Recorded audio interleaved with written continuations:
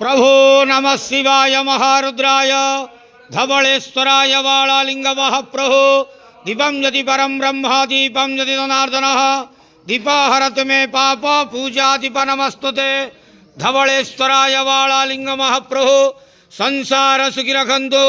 आज शुभ शनिवार रे समस्त श्रद्धालु भक्त मान को आश्रीपद करंतु, मनस्कामना पूर्ण करंतु, कर्मक्षेत्र उन्नति करंतु, ग्रहरिष्ट खंडन करंतु, जगतर मंगल करंतु, विश्वर कल्याण करंतु, आपणकर नाम विख्यात करंतु, सेवकर डाक श्रवण करंतु, समस्त गुआवसा भक्त मानकर मनस्कामना पूर्ण करंतु।